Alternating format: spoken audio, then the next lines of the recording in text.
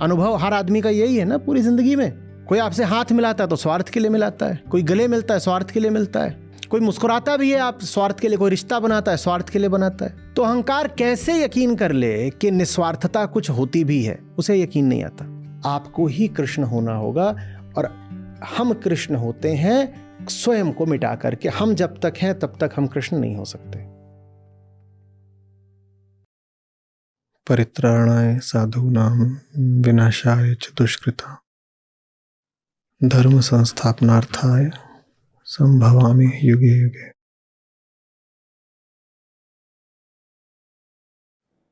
बहुत प्रचलित श्लोक है, और जितना ज्यादा ये प्रचलित है उतने ही साधारण तल पर इसका अर्थ हुआ है। क्योंकि प्रचलन का मतलब ये होता है बात का और अधिक अधिक जन साधारण तक पहुंचना, और बात जितनी ज्यादा जनसाधारण की होती जाएगी उतना ही साधारण फिर वो अर्थ लेती जाएगी।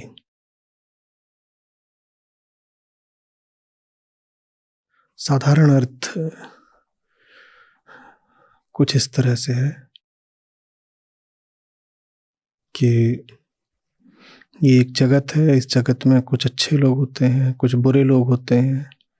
जो अच्छे लोग होते हैं वो दुर्बल होते हैं, जो बुरे लोग होते हैं वो सबल होते हैं। अच्छे लोगों को साधु कहा गया है श्लोक में, बुरे लोगों को दुष्कर्मी कहा गया है। और जगत की ये रीत है, साधारण अर्थ, जगत की ये रीत है कि यहाँ जो अच्छा होता है वो तो दुर्बल होता ही है, और जो दुष्कर्मी है, दुष्कृत्य करता है, वो जीतता है। तो इसी तरह एक तरफा खेल चल रहा होता है। तराजू का पलड़ा झुका होता है असत्य की ओर। तब धर्म की इतनी हानि होते देख करके श्री कृष्ण कहीं किसी जगह पर किसी काल में अवतार लेते हैं। ये साधारण अर्थ है ना।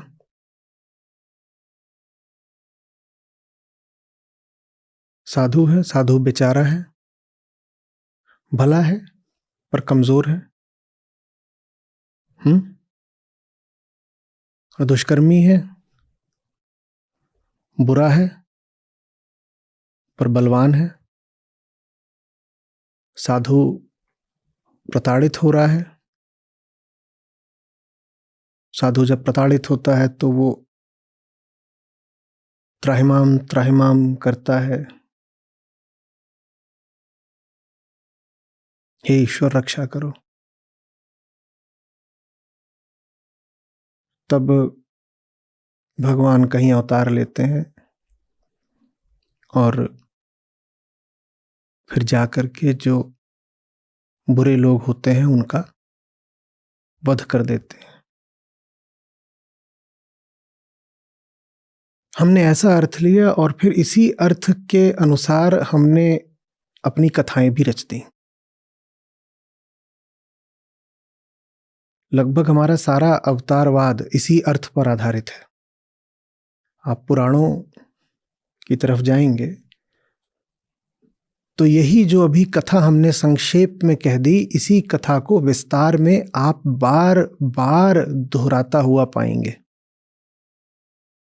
कहीं कोई अच्छा व्यक्ति होगा, कहीं कोई बुरा व्यक्ति होगा, अच्छा व्यक्ति कोई भी हो सकता है, हिरण्यकश्यप हो सकता है, प्रहलाद हो सकता है। बुरा व्यक्ति उसका पिता हो सकता है स्वयं, हिरण्यकश्यप। अच्छे व्यक्ति वो सब देवगण हो सकते हैं जो रावण की कैद में थे, और रावण तो है ही बुरा।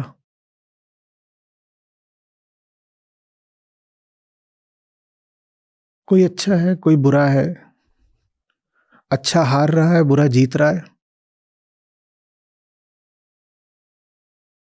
तो कोई एक विशिष्ट व्यक्ति देह धरता है, अवतरित होता है, और फिर वो युद्ध करके जो बुरे लोग हैं उनका विनाश कर देता है। यही कथा हमने बार बार सुनी है, और ये कथा एक सिद्धांत बनकर हमारे मन में बैठ गई है। उस सिद्धांत में 2-3 बातें हैं। पहली बात, अच्छाई तो दुर्बल होती ही है। परित्राणाय साधूनाम, माने साधु को रक्षा की जरूरत पड़ेगी। साधु अपनी रक्षा के लिए किसी दूसरे पर आश्रित है। विनाशाय च दुष्कृताम, जो बुरा आदमी है वो इतना बुरा है और इतना ताकतवर है कि उसको हराने के लिए एक विशिष्ट प्रबंध करना पड़ता है, उस खास आयोजन करना पड़ता है, किसी ईश्वरीय शक्ति को अवतरित होना पड़ता है। वो जो बुरा आदमी है वो इतना जबरदस्त है, सोचो कि वो अच्छे आदमी के हराए तो हारता ही नहीं, उसको हराने के लिए स्वयं भगवान को उतरना पड़ता है। ये सब बातें सिद्धांत बनकर हमारे भीतर बैठ गई हैं कि अच्छे हो तो फिर कैसे रहोगे? दुर्बल रहोगे। और बुरे हो तो तुम इतने सबल रहोगे कि स्वयं ईश्वर को आना पड़ेगा तुम्हें हराने के लिए। माने बुरे की तुलना भी किससे हो गई? ईश्वर से। ये तो बुराई का बड़ा महिमा मंडन हो गया भाई। बुराई को इससे बड़ी उपमा उपाधि क्या चाहिए थी? लो मिल गई। और अच्छाई को बना दिया बेचारा। अंग्रेजी में कहते हैं गुड मैन फिनिश लास्ट।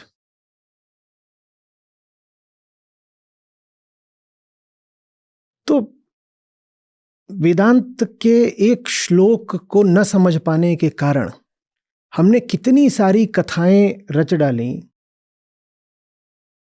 जो एक मूलतया भ्रामक सिद्धांत को हमारे मन में स्थापित करती हैं। और वो भ्रामक सिद्धांत ये है कि अच्छे हो तो कमजोर रहोगे, और अच्छे हो तो तुम इतने कमजोर रहोगे कि इस पृथ्वी की कोई ताकत तुम्हें बचा नहीं सकती, तुम्हें सहारा नहीं दे सकती, तुम्हारी रक्षा नहीं कर सकती।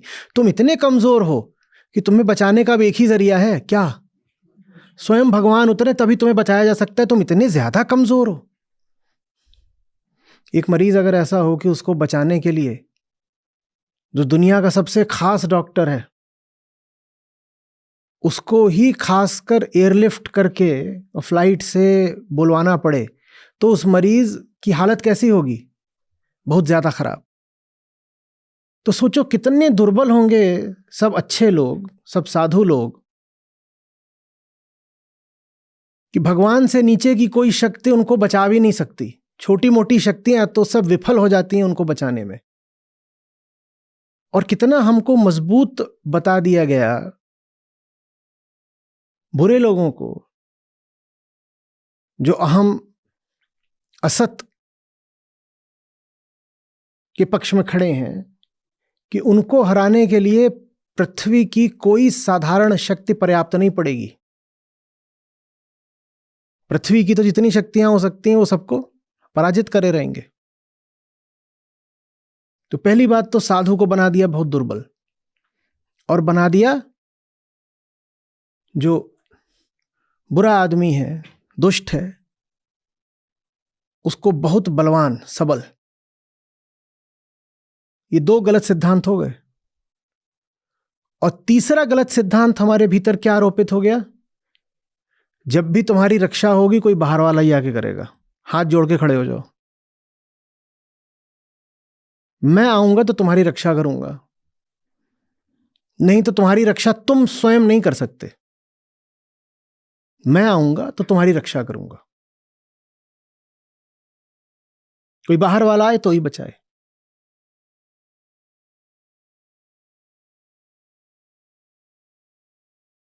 और हर सनातनी के भीतर यही बात फिर बैठ गई, क्योंकि इसी बात को बार बार दोहराया गया है हमारी सब लोक कथाओं में, पौराणिक कथाओं में, हमारी जनसंस्कृति में। ये बात अब बार बार इतनी बार आती है कि हमने हाथ जोड़कर खड़े हो जाने को ही अपनी संस्कृति बना लिया है, अपनी आदत बना लिया है। वो चीज हमारी रगों में बहने लगी है। बुराई बहुत बढ़ रही है। बुराई को हटाने का जिम्मा किसका है? भगवान का। भगवान आएंगे, भगवान आएंगे। क्यों? क्योंकि भगवान ने खुद बोला था, धर्म संस्थापनार्थाय संभवामि युगे युगे। धर्म की संस्थापना करने तो मैं ही आऊंगा बेटा, तुमसे नहीं हो सकती। मैं आऊंगा। तो फिर आम आदमी की जिम्मेदारी क्या बची? उसकी कोई जिम्मेदारी नहीं बची, क्योंकि धर्म की संस्थापना करने का जिम्मा तो हमने किसके ऊपर समझा कि है? भगवान के ऊपर। तो आम आदमी कहता भाई भगवान की दुनिया है, और भगवान की दुनिया में अगर धर्म फैल रहा है तो भगवान की जिम्मेदारी, हमारी दुनिया थोड़ी है। भगवान ने दुनिया बनाई है, भगवान की दुनिया में अगर गड़बड़ हो रही है तो भगवान खुद आके ठीक करेंगे, हम क्यों करेंगे? हमारी कोई जिम्मेदारी नहीं। दूसरी बात, भगवान की इस दुनिया में अगर हम अच्छे बने तो कमजोर बने। तो दो चीजें आम आदमी ने सीख ली। पहली बात, सच्चाई को बचाने की उसकी जिम्मेदारी नहीं है, और दूसरी बात, अच्छा होना घाटे का सौदा है। तो क्या नतीजा निकला? नतीजा यही निकला कि आम आदमी ऊपर ऊपर से भले ही भगवान के सामने हाथ जोड़कर खड़ा रहा, पर भीतर ही भीतर वो अधर्म के साथ हो लिया, क्योंकि हमने उसको यही समझा दिया कि अधर्म ही बलवान रहता है भाई। अब ये तो पक्का है कि जो दुष्ट है वो जीतता है। अब भगवान कब आएंगे कब नहीं आएंगे पता नहीं। उन्होंने तो बोल दिया संभवामि युगे युगे, पर कौन से युग में आएंगे पता नहीं। और युग भी हमारा एक होता है पता नहीं कितने लाख करोड़ साल का, हमारी छोटी सी जिंदगी, उसमें भगवान आए ना आए हमें क्या पता। हम तो ये कहते हैं भाई कि अवतार भी कुल मिलाकर अभी तक गिनती के हुए हैं, और हम कहते हैं कि ये जगत करोड़ों वर्ष पुराना है, उसमें गिनती के अवतार हुए हैं।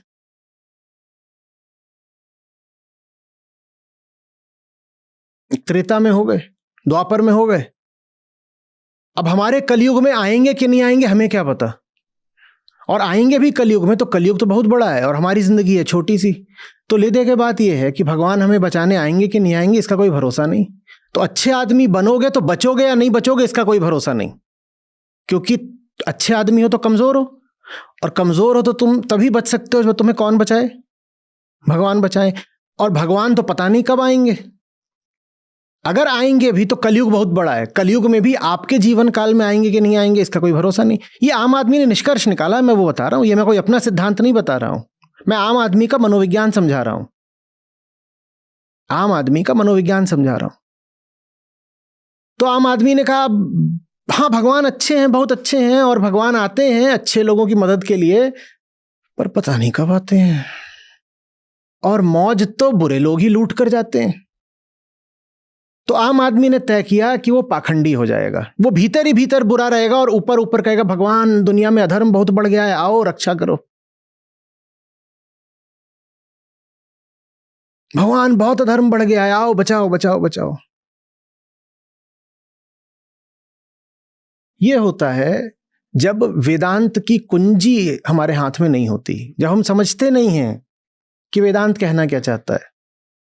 तब चाहे उपनिषद हो चाहे गीता हो, हम सबके श्लोकों का अपनी ही द्वैतात्मक बुद्धि के अनुसार बहुत ही विकृत अर्थ कर लेते हैं। अपने ही देह भाव को हम सत्य के ऊपर भी आरोपित कर देते हैं। देह भाव कैसे?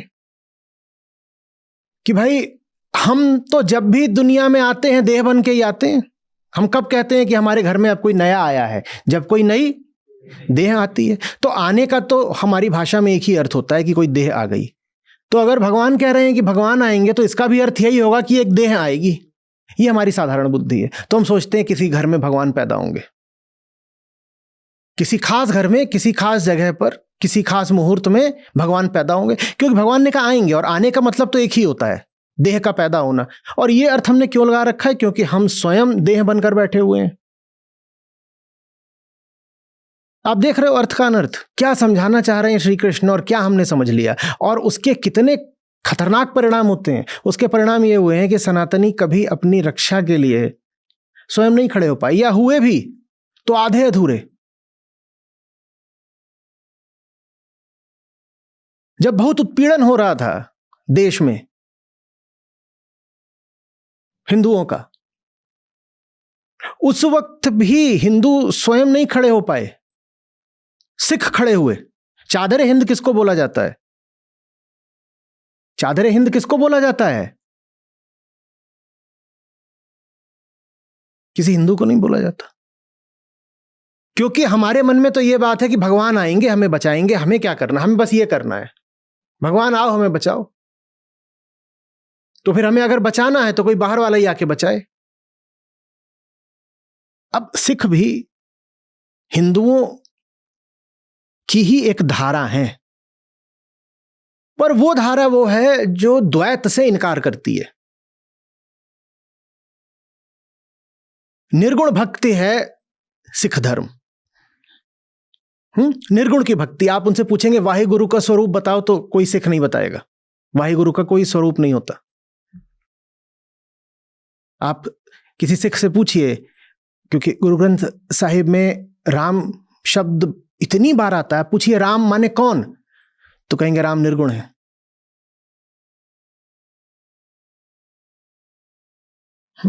तो वो जो द्वैतात्मक बुद्धि है उससे हट पाए सिख, इसीलिए फिर हिंदुओं की रक्षा कर पाए। कश्मीर के हिंदू थे, वो गए थे किसी हिंदू राजा के पास नहीं, सिख गुरुओं के पास गए थे कि रक्षा करो। तो ये जो हमने देह भाव पकड़ रखा है कि भगवान जब भी आएंगे कहीं अलग जगह पर आएंगे और देह धर कर आएंगे, इस भाव ने हमें कहीं का नहीं छोड़ा। हमने सारी जिम्मेदारी भगवान के ऊपर डाल दी, और भगवान नहीं भी है तो कोई और हो, हमें कुछ नहीं करना, हमें बस ये करना है। आज भी लोग मिलते हैं, कहते भगवान ने बोला आएंगे, भगवान आओ। भारत पर आक्रमण होते थे, आप इतिहास पढ़िएगा, बहुत बड़ी तादाद में जनसाधारण मंदिरों में इकट्ठा हो जाता था। वहां पर उनको पंडितों पुरोहितों द्वारा चटनी चटाई जाती थी, मीठी गोली दी जाती थी कि तुम यहां बस घंटे घड़ियाल बजाओ, ये जो आक्रांताओं की फौज है ये हार जाएगी, क्योंकि भगवान ने बोला है कि भगवान आएंगे। अब ये सब विधर्मी लोग हैं, म्लेच्छ, ये हम पे आक्रमण कर रहे हैं, तो इनको हराने की जिम्मेदारी किसकी है फिर? भगवान। भगवान आएंगे, संभवामि युगे युगे बोल के गए ना, तो भगवान आएंगे। ये होता है जब हम गीता जी को समझते नहीं, जब हम झुकने की जगह अपने ग्रंथों पर भी चढ़कर बैठ जाते हैं। अहंकार ऐसा ही होता है, वो धर्म ग्रंथ के सामने झुकता नहीं है, वो अपने ही अनुसार धर्म ग्रंथ का विकृत अर्थ कर डालता है। वो कहता है मैं ऊपर हूं ना, तो धर्म ग्रंथ को भी मेरे हिसाब से चलना पड़ेगा। आप देखते नहीं हो, ये एकदम उल्टा अर्थ कर देते हैं। कहीं कहीं पे तो शब्द बदल देते हैं, शब्द कुछ और है, दूसरा शब्द डाल के बता देंगे देखो यहां पे ग्रंथ में ये लिखा हुआ है।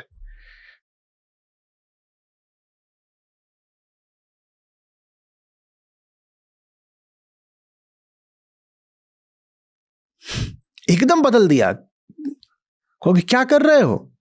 ये नहीं कि सिर्फ अर्थ बदला है, श्लोक का शब्द ही बदल डाला, और खुलेआम उसको बता भी रहे हैं कि देखो ऐसा है, श्लोक में ये अर्थ है या श्लोक में ये शब्द है। हम ऐसे हैं, ये अहंकार की निशानी है, ये किसी व्यक्ति विशेष का पागलपन नहीं है। ये एक सिद्धांत का लक्षण है। उस सिद्धांत का नाम है अहंता, अहंकार। अहंकार स्वयं को आत्मा माने अंतिम सत्य मानता है। अहंकार कहता है मेरे सामने जो भी होगा मुझसे छोटा ही होगा, क्योंकि अंतिम सत्य तो मैं हूं ना। जब आखिरी मैं हूं तो परम मैं हूं, तो मुझसे बड़ा कौन हो सकता है। तो मेरे सामने चाहे उपनिषद आए, चाहे गीता आए, सबको मुझसे झुकना पड़ेगा। जो मैंने पहले से आग्रह बना रखे हैं, जो मेरी पहले की मान्यता है, उसके अनुसार मैं हर बात का अर्थ करूंगा। मेरी मान्यता नहीं टूटनी चाहिए, मेरा मत नहीं खंडित होना चाहिए। जो मुझे लगता है वही ठीक है। अब मैं अपने आप को देह मानता हूं तो मैं ये मानूंगा कि भगवान भी देह ही होते हैं। अब ये अलग बात है कि गीता बार बार ये समझा रही है कि तुम देह नहीं हो। और क्या विसंगति है कि गीता हमको समझा रही है तुम देह नहीं हो, और हमने गीताकार को ही देहधारी बना दिया। कृष्ण अर्जुन को कह रहे हैं, अर्जुन अपने आप को देह मानना छोड़ो। लेकिन अहंकार ने कृष्ण को ही देह बना दिया और कह दिया भगवान तो वो जो देह धर के किसी घर में पैदा हो। भगवान माने जो उच्चतम हो सकते हैं, वो जो देह धर के किसी घर में पैदा हो, और वही आएंगे जो फिर हमारी सहायता करेंगे, हमको बचाएंगे। समझ में आ रही है बात ये? अब सुनिए असली बात। 2 कौड़ी कहा हुआ वो साधु जिसको रक्षा की जरूरत हो। फिर तुम्हारी साधुता किस काम की कि तुमको रक्षा की जरूरत पड़ रही है? किसी साधु को रक्षा की जरूरत नहीं होती।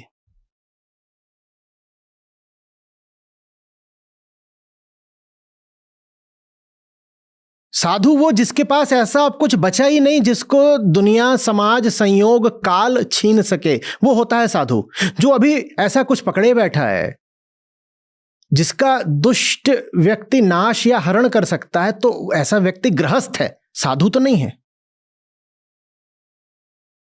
किसी साधु को रक्षा की जरूरत नहीं होती है।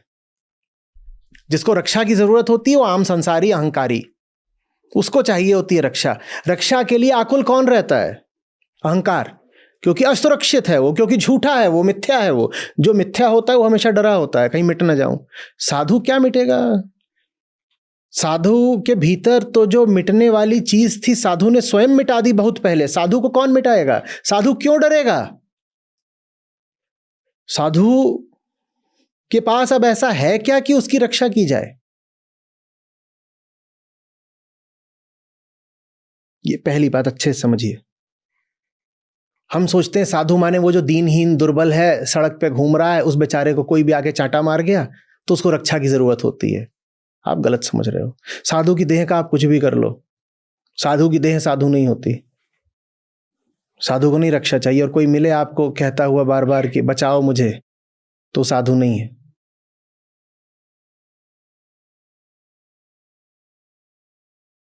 बात समझ में आ रही है? साधु को रक्षा नहीं चाहिए। दूसरी बात, आप स्वयं लिखिएगा आज अपने कम्युनिटी पर, कौन सा श्लोक था जहां श्री कृष्ण स्वयं कहते हैं कि जो मुझसे दूर हो गया है वो पहले ही समाप्त हो चुका है, उसे समाप्त करने की कोई जरूरत ही नहीं है। याद है? फिर आपने क्या गाया था? कल उन्हें क्या कष्ट हो वो आज ही जब नष्ट हैं। जब वो आज ही नष्ट हैं तो विनाशाय दुष्कृताम का क्या अर्थ हुआ? वो तो आज ही नष्ट हो चुके हैं। जब वो नष्ट हो ही चुके हैं तो उन्हें नष्ट करने के लिए फिर अतिरिक्त रूप से अलग से भगवान अवतरित काहे को होंगे? श्री कृष्ण स्वयं गीता में कहते हैं, अभी से पहले वाले एक श्लोक में कहते हैं कि जो मुझसे अलग है वो तो पहले ही नष्ट हो चुका है। अर्जुन, तुम मरे हुओं को मारने में क्यों संकोच कर रहे हो? क्यों मोह पकड़ रहे हो? ये तो पहले ही मरे हुए हैं, ये तो विनष्ट है। जब वो पहले ही विनष्ट हैं तो भगवान क्यों आएंगे उनको मारने को? ये दूसरी बात हो गई। तीसरी बात, परम सत्य आत्मा है ना वेदांत का, और गीता वेदांत की प्रस्थान त्रयी का एक बड़ा मजबूत स्तंभ है ना। उपनिषद है, ब्रह्मसूत्र है, और गीता को कहते हैं कि उपनिषदों का सारा सार गीता में समाया हुआ है। तो उपनिषदों के अनुसार तो जो उच्चतम है उसका नाम सत्य है, आत्मा है, ब्रह्म है। और कृष्ण यदि उच्चतम है तो कृष्ण ही कौन है? सत्य है, ब्रह्म है, आत्मा है। ब्रह्म और आत्मा एक ही बात है, ये भी वेदांत का सूत्र है।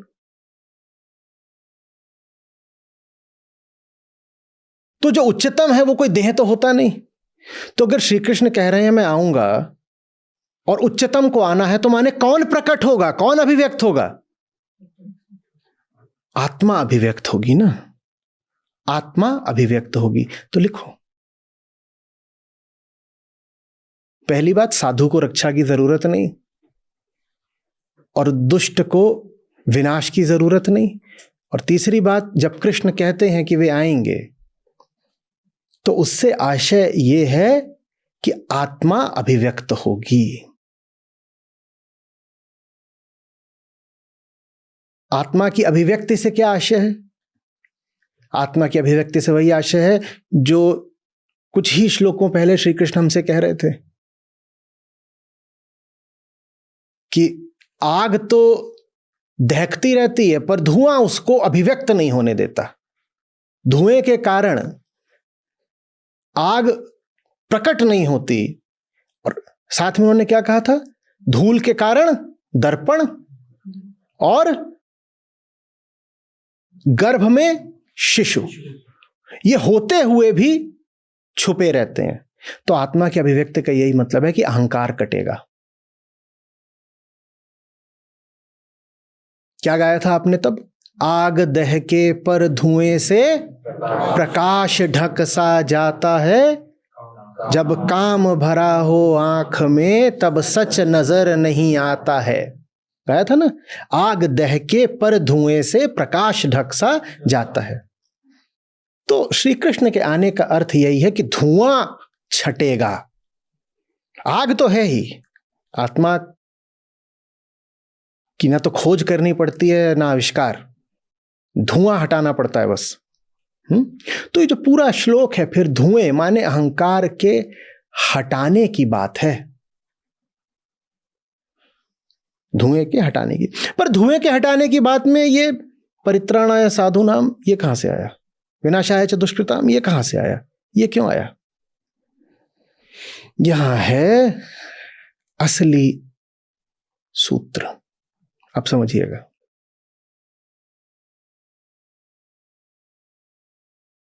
जब भी वेदांत में कुछ भी कहा जाए तो नियम क्या है? तत्काल पूछना होता है किसके लिए?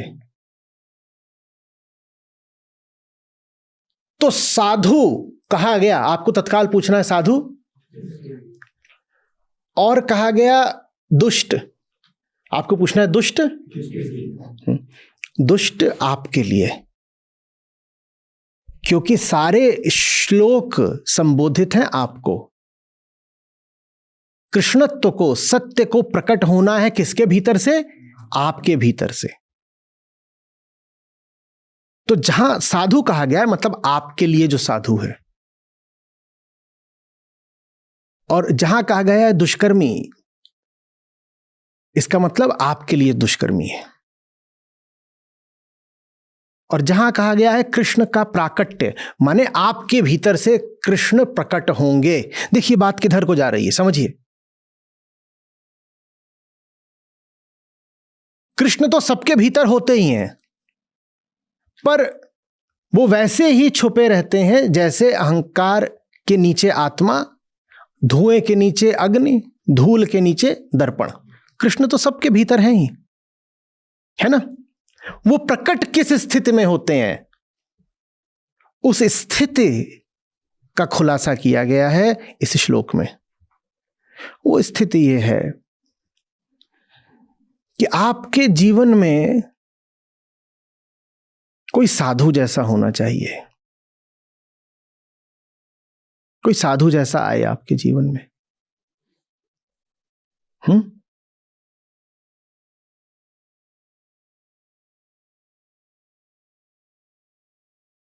और आपका धुआं काटने की खातिर वो जानबूझकर कष्ट पाए दुनिया भर के दुष्टों से और विधर्मियों से।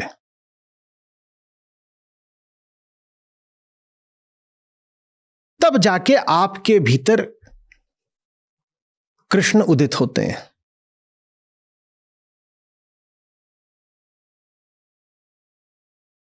देखिए अहंकार किस धारणा पर अपने आप को बचाए रखता है हम सबके भीतर। अहंकार कहता है आत्मा जैसा कुछ होता नहीं, अच्छाई जैसा कुछ होता नहीं, सत्य जैसा कुछ होता नहीं, ये सब बेकार की बातें हैं, किस्सों कहानियों की बातें हैं, छटाओ।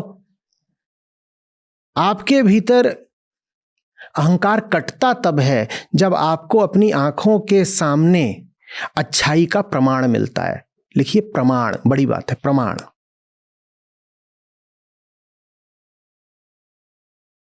क्योंकि अहंकार होता है अविश्वासी, संदेही, संशयी। उसको कितना भी बता दो सत्यमेव जयते, वो नहीं मानता। वो कहता है जीतता तो दुष्ट है, बुरा आदमी ही जीतता है।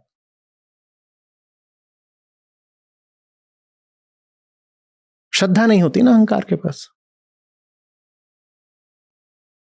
वो अविश्वासी होता है। उसको अच्छाई पर विश्वास नहीं होता, उसने जीवन भर अपने बस स्वार्थ का खेल देखा होता है। उसको यकीन ही नहीं आता कि जिस निष्काम कर्म की बात करते हैं श्री कृष्ण, वैसा निष्काम कर्म संभव भी है।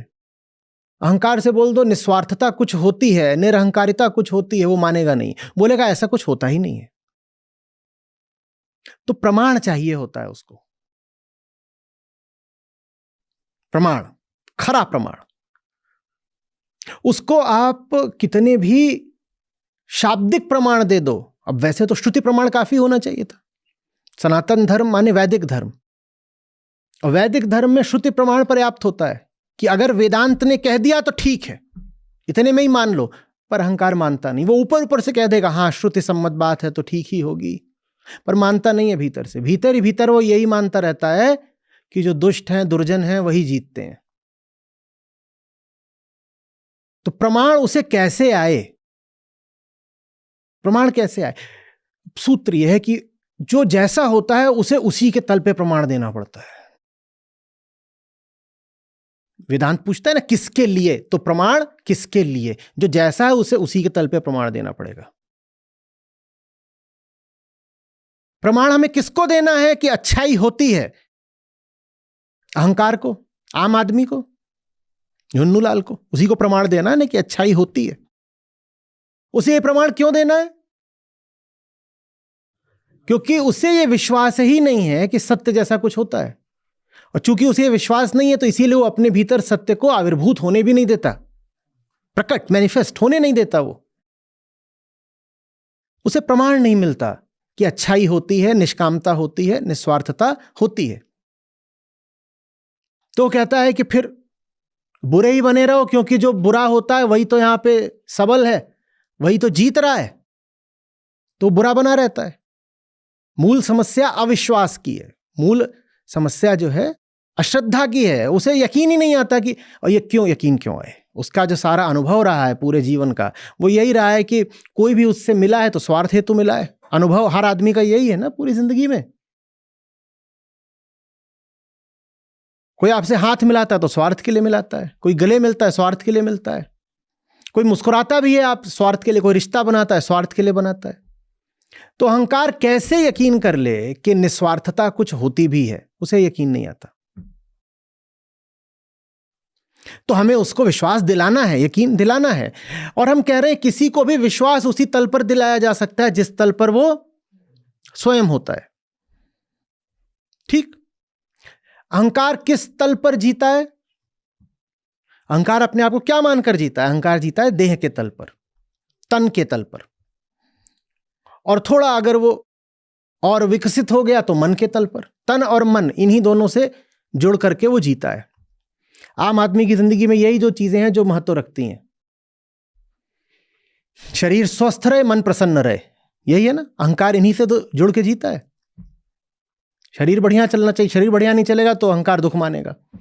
और मन को चोट लग जाएगी, कामना नहीं पूरी होगी तो भी अहंकार दुख मानेगा।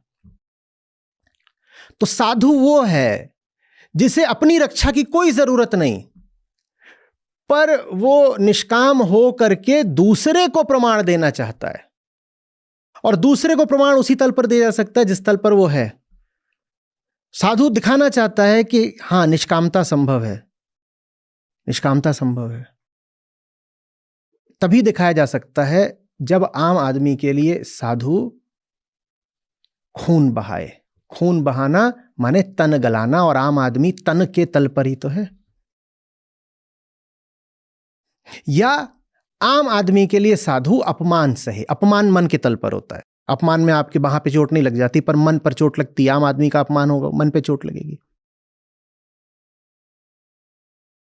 तो साधु जैसे अभिनय करता है,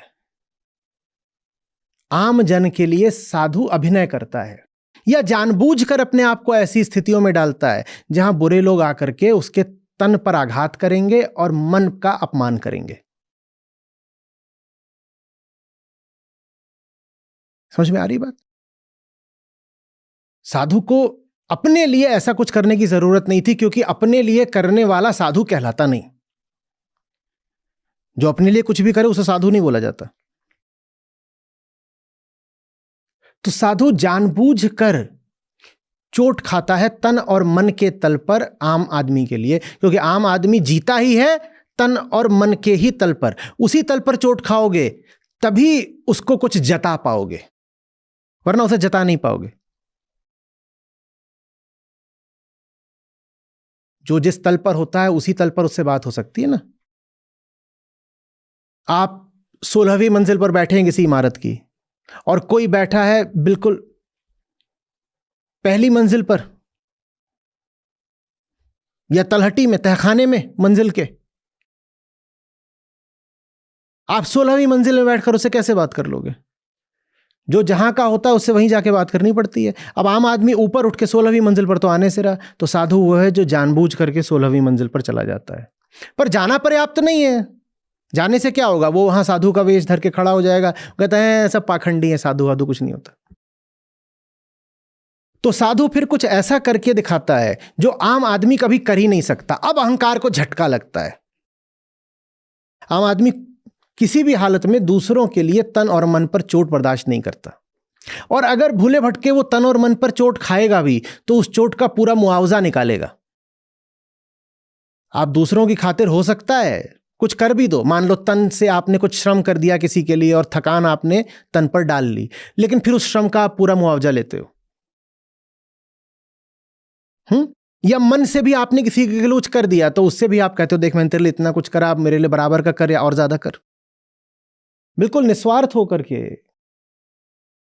अहंकार ने किसी को किसी के लिए कुछ करते कभी देखा नहीं। तो साधु उतरता है आम आदमी के तल पर और कहता है मैं तुझे कुछ ऐसा दिखाऊंगा जो तूने कभी देखा नहीं, और उससे तुझे प्रमाणित होगा कि जो तू बना बैठा है वो अनिवार्य नहीं है, कुछ और संभव है। जो कुछ और संभव है वो मैं करके दिखाता हूं।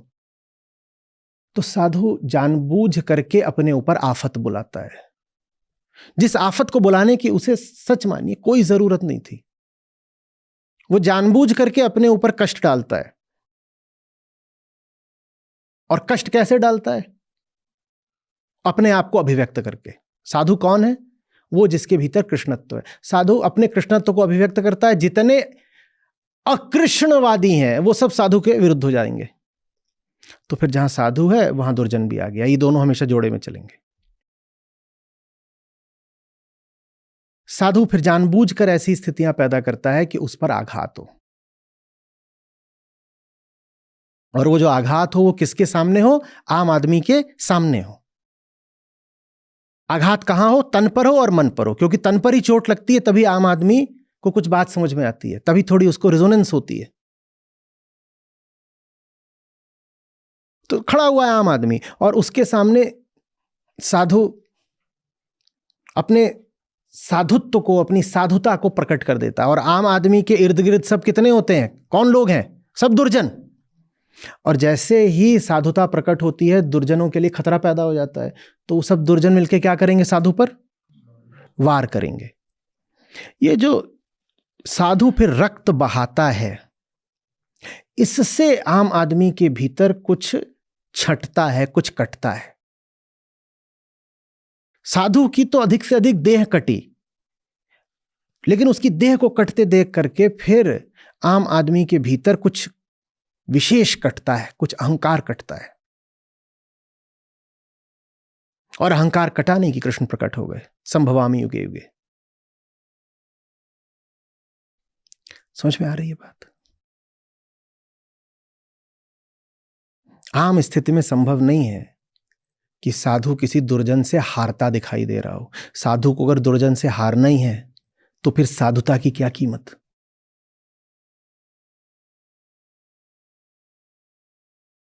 समझ रहे हैं बात को?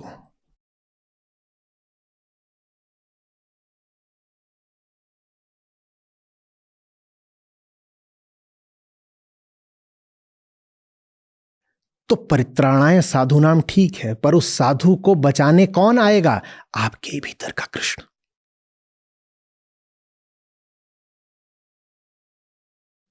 और साधु अपनी दुर्दशा दिखा करके जब आपके भीतर के कृष्ण को जगाएगा,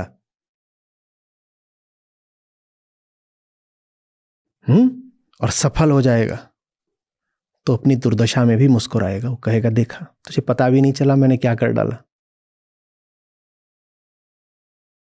मेरा तो सिर्फ खून बहा, तू तो पूरी तरह मिट गया, तू कृष्ण हो गया। और आप तब तक अपने अहंकार को हटाएंगे नहीं जब तक आपके सामने किसी साधु की बलि नहीं चढ़ेगी। आप नहीं हटाओगे, आप मानोगे ही नहीं। आप कहोगे होगा कोई फरेबी पाखंडी। यकीन आपको तभी आएगा जब आप अपने सामने उसको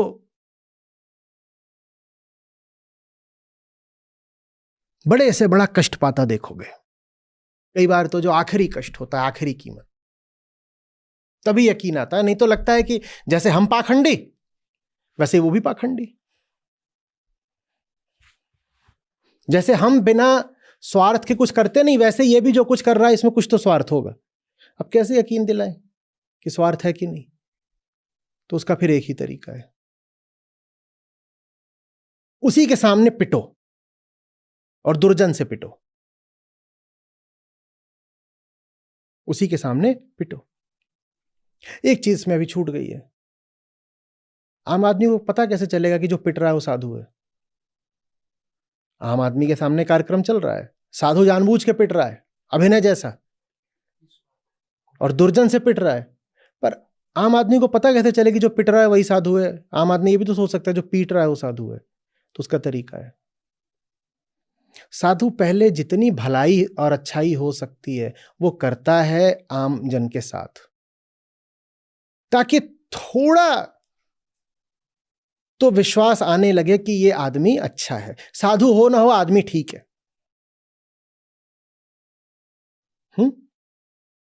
साधु हो ना हो, आदमी ठीक है। और पहले वो आपके साथ अच्छाई करता है और फिर दुनिया भर के दुर्जनों से पिटता है, क्योंकि उसने आपके साथ अच्छाई करी। तब आपके भीतर फिर कृष्ण उठते हैं धर्म संस्थापनार्थाय। कृष्ण ऐसे ही नहीं उठेंगे आपके भीतर। आप जब अपनी आंखों के सामने घोर अधर्म होता देखोगे तभी कृष्ण उठेंगे आपके भीतर। और वो घोर अधर्म आप तभी देख सकते हो जब आपकी आंखों के सामने कोई साधु हो और कोई विधर्मी हो, और विधर्मी से बुरी तरह कष्ट पा रहा है साधु। लेकिन ये मत समझ लीजिएगा कि साधु सचमुच कष्ट पा रहा है, या साधु दुर्बल होने के कारण कष्ट पा रहा है। साधु जब भी कष्ट पाएगा किसी विशेष प्रयोजन से पाएगा। उसके साथ अब संयोगवश कुछ होता नहीं है। वो अब राजा हो चुका है, वो मालिक हो चुका है, वो आत्मा हो चुका है। और आत्मा माने परम, सबसे बड़ा राजा। साधु के साथ ऐसा नहीं है कि कोई दुर्जन संयोगवश दुर्व्यवहार कर जाएगा, नहीं। उसके साथ अगर दुर्व्यवहार होगा तो उसकी मर्जी से होगा। वो जानते बूझते अंगारों पर चलेगा आपको जगाने के लिए। और फिर साधु को आप बचाओगे। आप कैसे बचाओगे साधु को? आप मिटकर बचाओगे। आप मिटते हो तो कृष्ण उदित होते हैं। आप कहोगे मैं हूं, मैं आया हूं धर्म संस्थापनार्थाय। धर्म की संस्थापना मैं करूंगा, और अगर आप नहीं करोगे तो कोई नहीं कर सकता। भूल जाइए ये बात कि कहीं और कोई पैदा होगा सुदूर किसी जगह पर, विशेष किसी घड़ी में, और वो आकर के धर्म की रक्षा करेगा। धर्म की रक्षा या तो आप करोगे, नहीं तो कोई नहीं करेगा। क्योंकि अधर्म कहां है? यहां कहीं घूम रहा है क्या, हवा में? अधर्म है कहां? यहां। जब अधर्म यहां है तो धर्म भी तो यहीं पैदा होगा ना। ये आपको क्यों लग रहा है कि अधर्म तो यहां है पर धर्म कहीं और पैदा होगा? आपको ही कृष्ण होना होगा, और हम कृष्ण होते हैं स्वयं को मिटा करके। हम जब तक हैं तब तक हम कृष्ण नहीं हो सकते।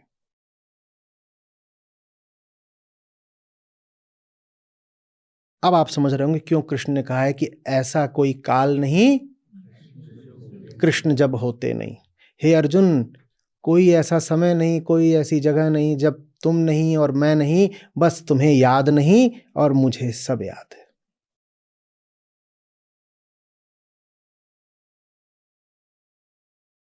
समझ में आ रही है बात? तो कृष्ण आए, फिर इसके लिए क्या शर्तें हुई?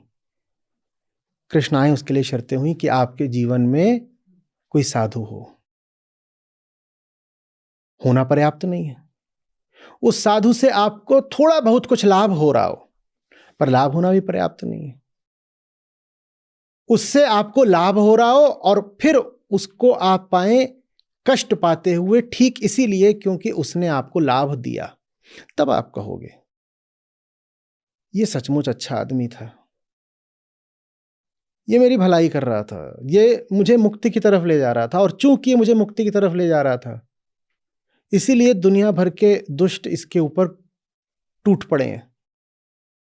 और वो क्षण होगा जब आपकी स्वयं को लेकर के और संसार को लेकर के जितनी मान्यताएं हैं छनछना के टूटेंगी। आपने तो यही मान रखा था कि दुनिया में सब एक से ही होते हैं, कोई कम स्वार्थी कोई ज्यादा स्वार्थी। जब आप साधु को देखेंगे, साधु आपके लिए जो कर रहा है उसको देखेंगे, और फिर साधु आपके लिए करके जो कष्ट पा रहा है उसको देखेंगे, तब आपको समझ में आएगा नहीं, सब पहली बात स्वार्थी नहीं होते। दूसरी बात, जब कोई निस्वार्थ कुछ करना चाहता है तो स्वार्थ की बड़ी बड़ी ताकतें होती हैं जो गोलबंद होकर के, घेरा बना करके उसके खिलाफ हो जाती हैं। तब कृष्ण आएंगे, सचमुच आएंगे। कहां आएंगे? यहां आएंगे। तो प्रतीक्षा छोड़ दीजिए कि कृष्ण कब आएंगे। लोग लगे हुए हैं पूछने में कि अगला अवतार कब आएगा। आप ही के भीतर से आना है भाई। आप जगेंगे तब आएगा, आप नहीं जगोगे तो कभी नहीं आएगा।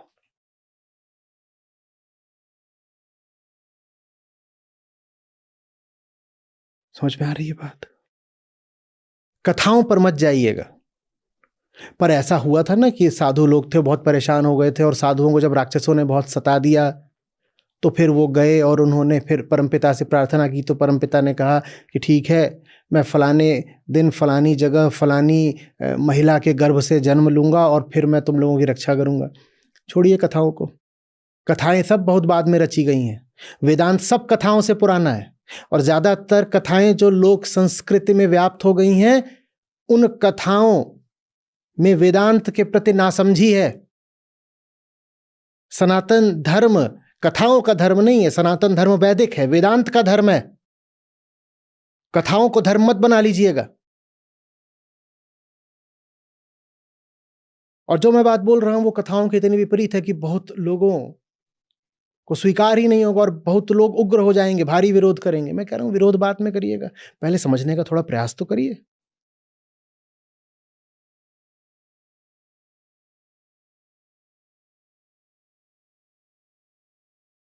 कृष्ण कोई व्यक्ति नहीं है, और कृष्ण को अगर कोई विशेष व्यक्ति ही होना है तो फिर आप तो उस विशिष्टता से वंचित ही रह गए ना।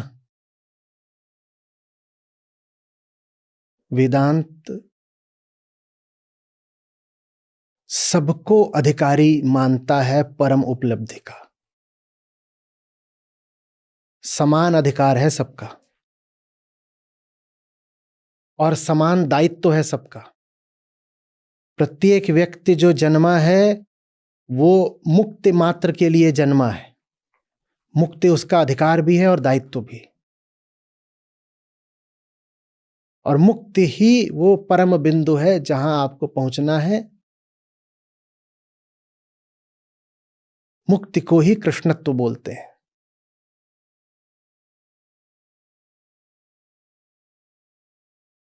वो मुक्ति आपको नहीं मिली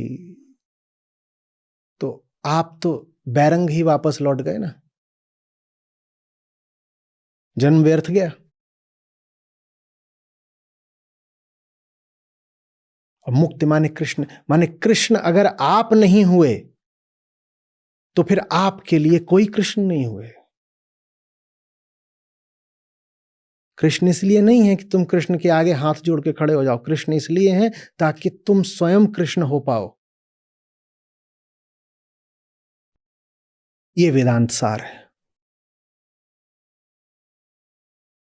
जिन कथाओं को हमने अपना सिद्धांत और अपनी संस्कृति बना लिया है वो इस सार के हजारों साल बाद रची गई भाई।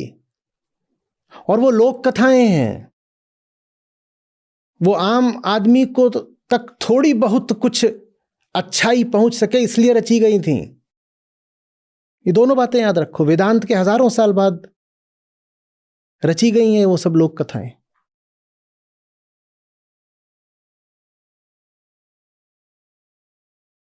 और उनके लिए रची गई हैं जिनमें सत्य के लिए कोई विशेष अभिलाषा नहीं थी। जिनको सिद्धांत बताओ तो उन्हें समझ में नहीं आता तो उनको कहानी बतानी पड़ी कि अच्छा, जैसे छोटा बच्चा होता है ना, उसे कहानी सुनाते हैं।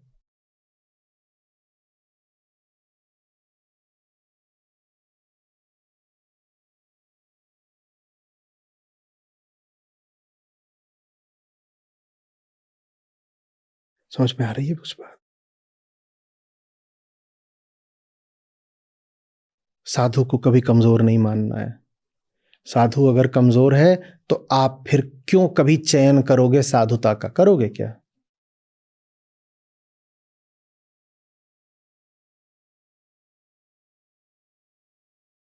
और विधर्मी को कभी ताकतवर नहीं मानना है।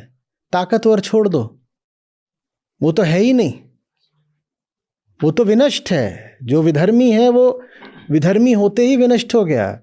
अर्जुन, मरे हुओं को मारने में सकुचा रहे हो? व्यंग करते हैं कृष्ण, कहते तुम समझ ही नहीं रहे हो। मनुष्यों में जीवन इस बात से नहीं प्रमाणित होता कि सांस ले रहा है, चल फिर रहा है, खाना खा रहा है। मनुष्यों में जीवन इस बात से प्रमाणित होता है कि चेतना आत्ममुखी है कि नहीं है।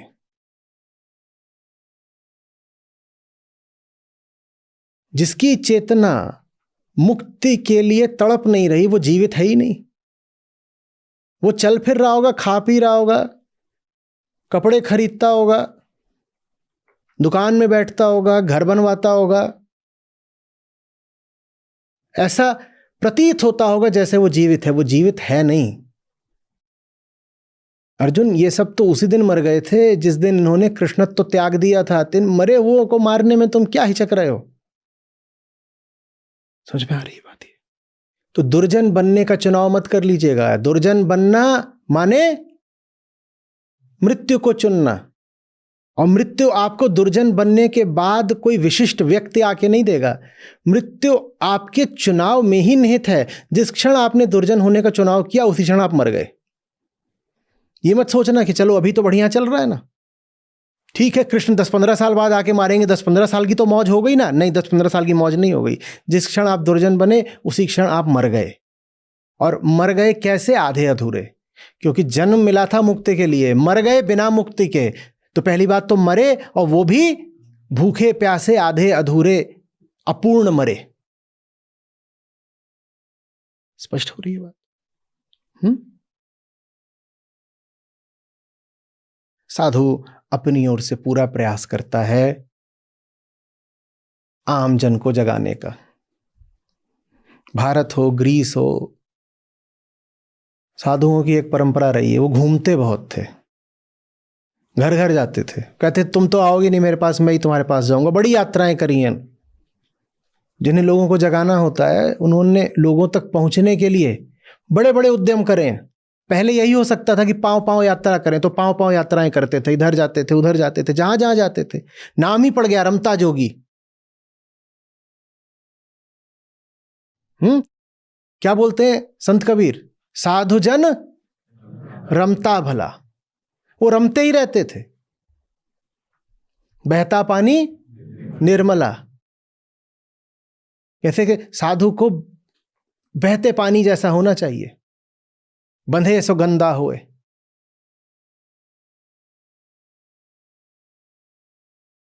साधुओं काम ही यही थे, यात्रा यात्रा यात्रा। वो यात्रा उन्होंने भारत में भी करी, अन्य जगहों पर भी करी। आप चीन में जाओगे वहां भी आप यही परंपरा पाओगे। चलते इसलिए नहीं रहते थे कि पाँव में खुजली है, चलते इसलिए रहते थे, कहते थे कि जो मिला है वो बांटना है भाई, बताना है सबको, अपनी जगह बैठ के क्या करेंगे। हाँ, फिर कभी ऐसी स्थिति आ जाएगी लोग स्वयं ही उनके पास आने लगे तो भले एक जगह बैठ जाए, पर वरने था बहुत यात्राएं। संचार का और कोई साधन नहीं था ना, कैसे बताते, टीवी थोड़ी था, न अखबार था, कैसे करते।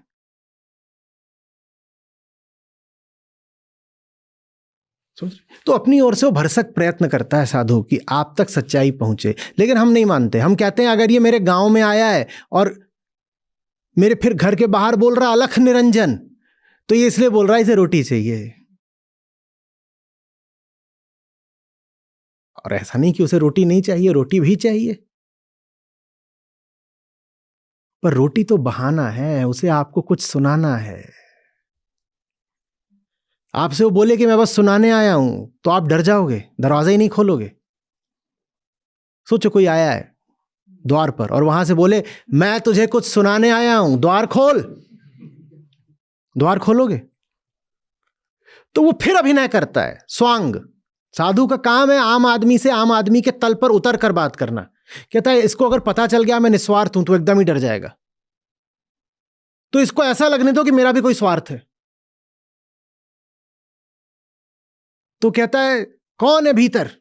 बाहर साधु भूखा खड़ा, अलख निरंजन, ला रोटी ला। तो जो भीतर होता है गृहस्थ या गृहिणी, उसको लगता है ठीक है हमारे ही जैसा है, हम भी रोटी पे मरते हैं, ये भी रोटी के ही वास्ते खटखटा रहा है बाहर। तो कहता है ये ठीक है हमारे ही जैसा, इससे कोई खतरा नहीं। तो वो फिर वहां बाहर आकर के रोटी डालने के लिए द्वार खोल देते हैं। और साधु को द्वार ही तो खुलवाना था, कहा ठीक खोल। और खोला नहीं कि फिर उसने अलख निरंजन के आगे और सब कर दिया। निरंजन से शुरू करा था, निराकार निर्गुण सब बता दिया।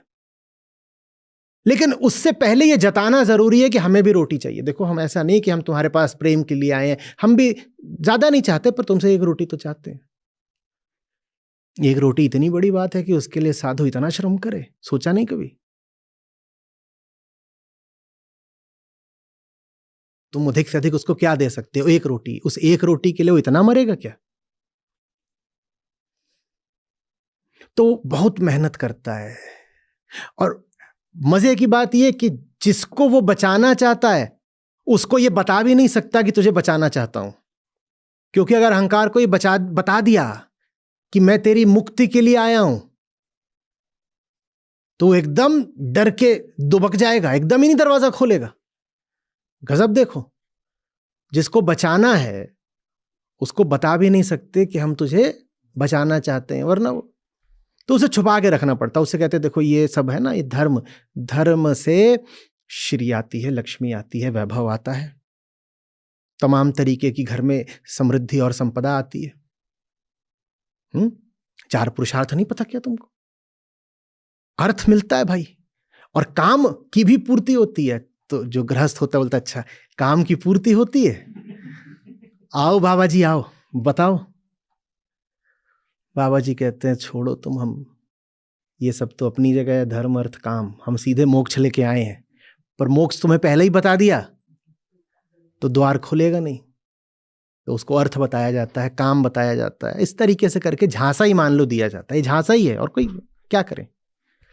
दुनिया के हर महान व्यक्ति को झूठ बोलना पड़ता है, अभिनय करना पड़ता है, झांसा देना पड़ता है। कोई तरीका ही नहीं है इसके अलावा आपसे रिश्ता बनाने का।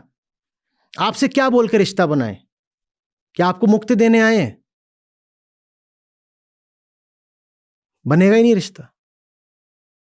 अपने बारे में भी ऐसा दिखाना पड़ता है जैसे हम तुम्हारी जैसे तो हैं। अपनी सच्चाई बहुत छुपा के रखनी पड़ती है। आम आदमी को पता चल जाए कि साधु सचमुच कौन है तो ये तो छोड़ दो कि दरवाजा खोलेगा, वो अपना घर छोड़ के भाग जाएगा, कहेगा यमराज आ गए, सीधे मौत आई है, भागो। घर छूटे तो छूटे, जिंदगी थोड़ी छूटनी चाहिए, घर भी छोड़ दो। बाबा जी घर तुम्हारा है, हम लांघ के छलांग के भाग गए पीछे से। समझ में आ रही बात? तो वो अपनी ओर से भरसक प्रयत्न करेगा सच्चाई को आप तक लाने का, पर वो थोड़ी ही सच्चाई आप तक ला पाएगा, क्योंकि वो क्या बनकर आया है? आपके ही जैसा बनकर आया है। वो ये बोल के आया है कि रोटी चाहिए, द्वार खोल दो, भिक्षाम दे। तो कहते ले बाबा रोटी ले। इतने में वो कुछ तो अच्छी बातें कर देगा, लेकिन ज्यादा बातें नहीं कर पाएगा, क्योंकि अभी आपको यही धारणा रह जाएगी कि ये भी तो स्वार्थी ही है, बिना कुछ लिए हमको थोड़ा ही कुछ बता रहा है। अगर ये अभी हमें कुछ बातें ज्ञान की बता रहा है तो इसलिए बता रहा है क्योंकि हमने इसको रोटी दी है। लेकिन इतना आप उन चंद ज्ञान की बातों को सुन करके मान जाओगे कि साधु आदमी तो अच्छा है।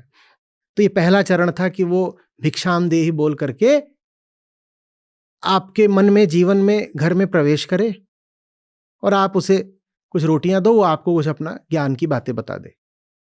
ये शुरुआत थी, पर पर्याप्त नहीं होती।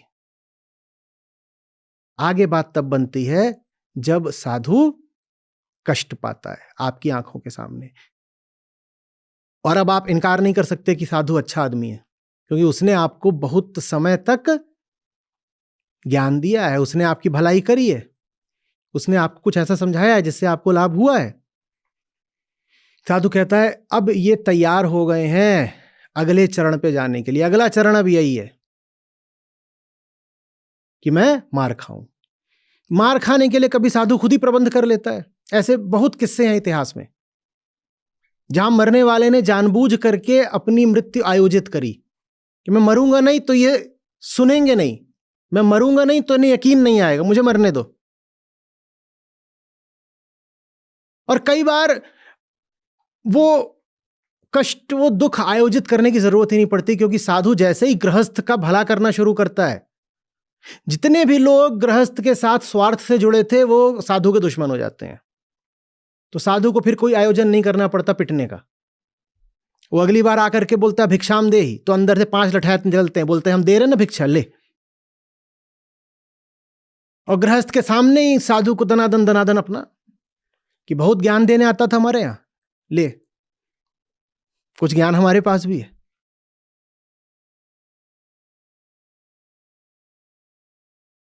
समझ में आ रही बात? और जब वो भिक्षा देने वाला अपनी आंखों के सामने होता देखता है, तब वो कहता है कि नहीं, मैं दुनिया को जैसा समझ रहा था दुनिया वैसी नहीं है, मैं अपने संबंधियों को जैसा समझ रहा था मेरे संबंधी वैसे नहीं है, और मैं अपने बारे में जो धारणा बनाए बैठा था मैं भी वो नहीं हूं। जैसे ही ये हुआ, नेति नेति हो गई, सब कट गया। जगत को लेकर के आपकी जो छवि थी वो कट गई, अपने संबंधों को लेकर आपकी धारणा कट गई, और स्वयं को लेकर के आपकी मान्यता कट गई। सब कट गया, सब कट गया। कृष्ण पैदा हो गए। कृष्ण कोई अलग से थोड़ी पैदा होता है। धुआं छटता है, आग प्रकट हो जाती है। धुआं छटा, आग प्रकट हो गई।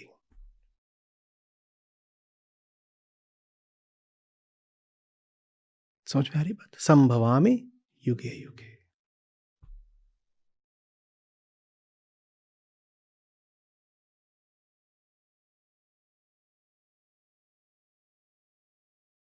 गिरना तेरा बहुत हुआ, रुक जा अब रुक जा, कर झूठ पर वार प्रचंड, सच समक्ष है झुक जा।